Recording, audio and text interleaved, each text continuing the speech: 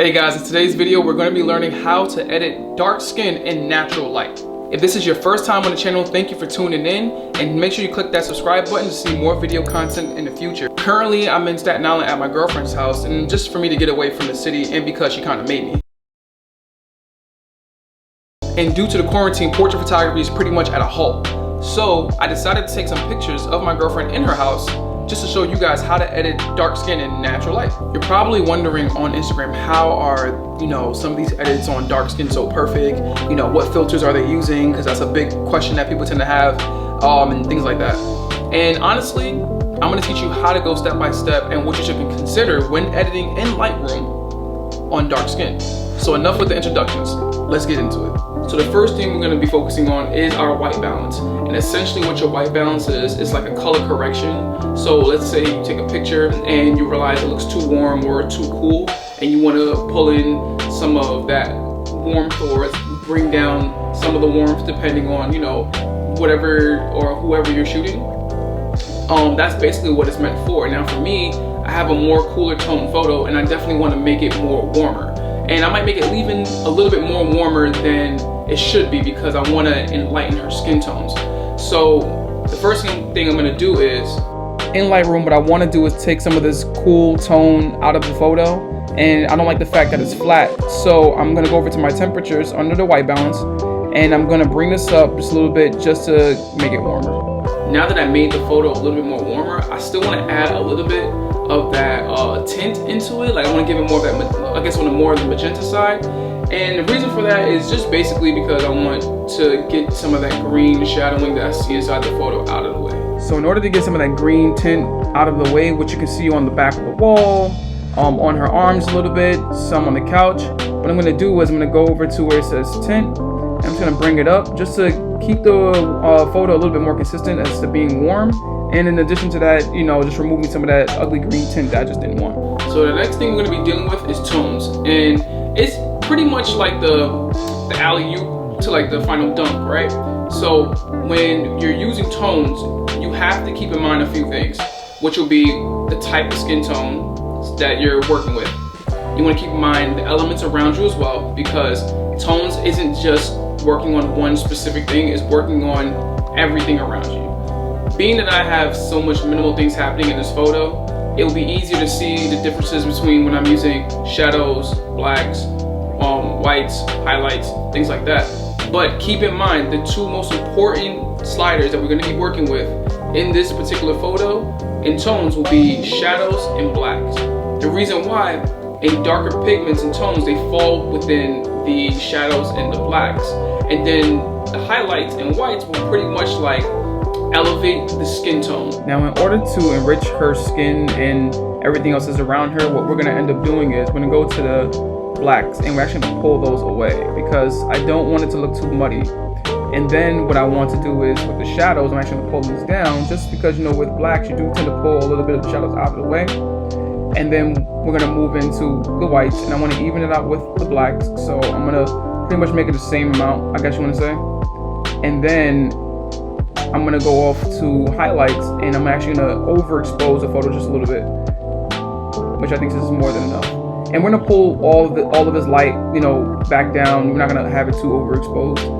And so next what we're going to do is we're going to go over to clarity. Now I have a love and hate relationship with clarity because there is such thing as way too much, and there is such thing as that looks like a filter on Instagram. So what we're going to do is I'm actually going to pull this up just a little bit.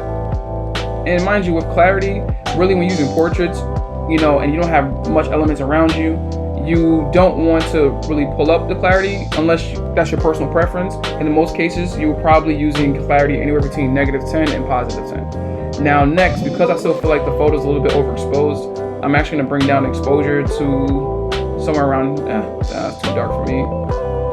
Yeah, somewhere around here. This is good. So now I'm going to move over to where it says vibrance, and I'm going to pull up some of those natural colors.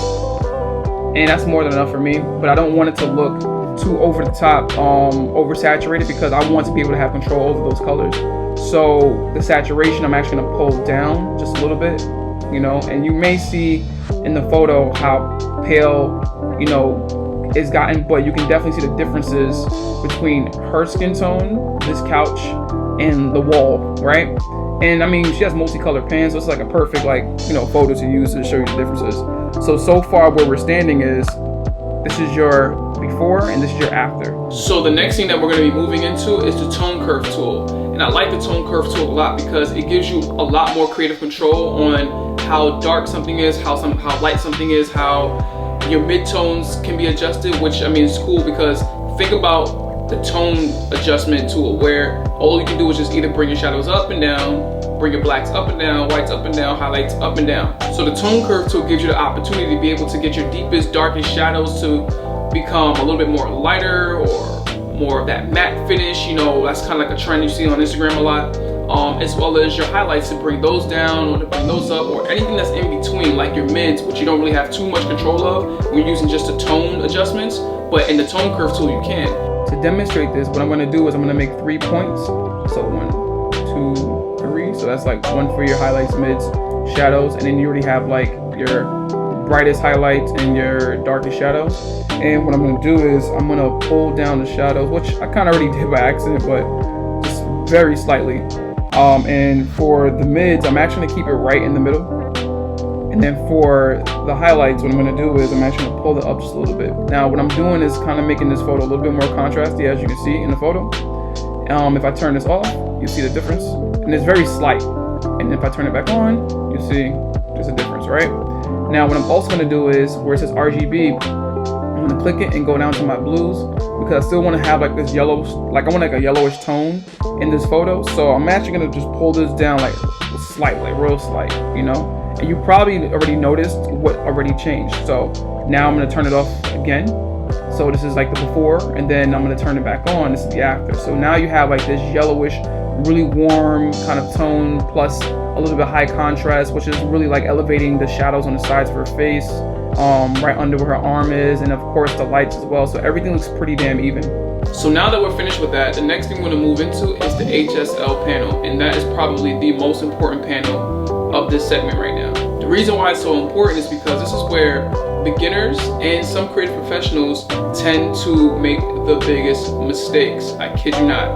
Now, before we go deep into like talking about the colors and how to get everything adjusted correctly, you have to understand light. So if you're a person who was using like, let's say incandescent lights, you know, or non-natural lights, in other words, a lot of the pigment tones in dark skin tend to get washed out. So you want to add more colors into it. Now, if you were using natural light, you may want to keep in mind a few things because, mind you, have no control over natural light. None of us do. So that means depending on the time of day that you took the pictures, whether it was during harsh light, you know, that's like the afternoon hours, you know, golden hour, you have blue hour, you have, you know, sunrise, things like that. However you took those photos, you know, you may want to end up taking those colors and either boosting them, or you may want to take some of them away. So at the time I took this picture, it was during golden hour, and so with golden hour, light tends to be a little bit more warmer, and with the curtains we were using, it diffused the light and made things a lot more softer on her skin and pretty much everything else around her. So I don't want to overdo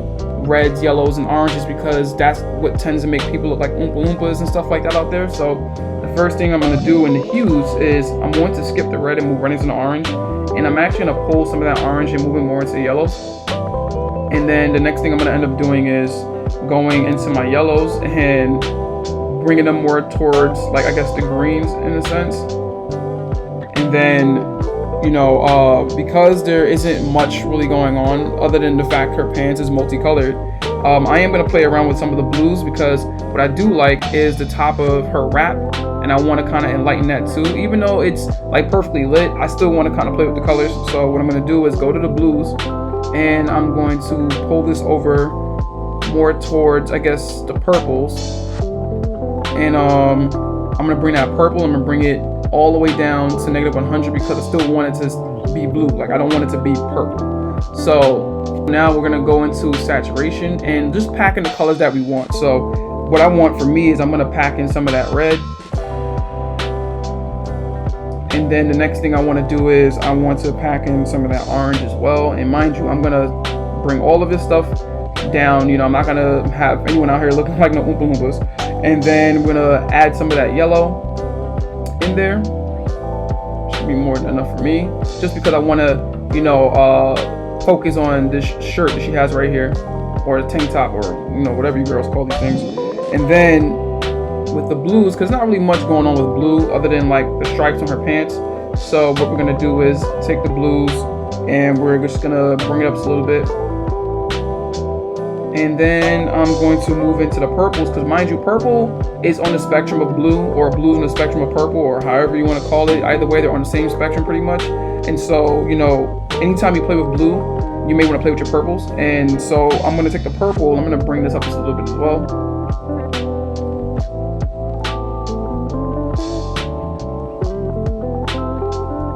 Okay. And now, you know, everything is saturated, everything is packed the way I see fit. But I want to kind of, you know, give everything their individual space. So what I'm going to do is I'm going to now play with the luminance and brighten things or darken some things. So the first thing with luminance, I'm going to bring it up just to kind of wash out a little bit of that red.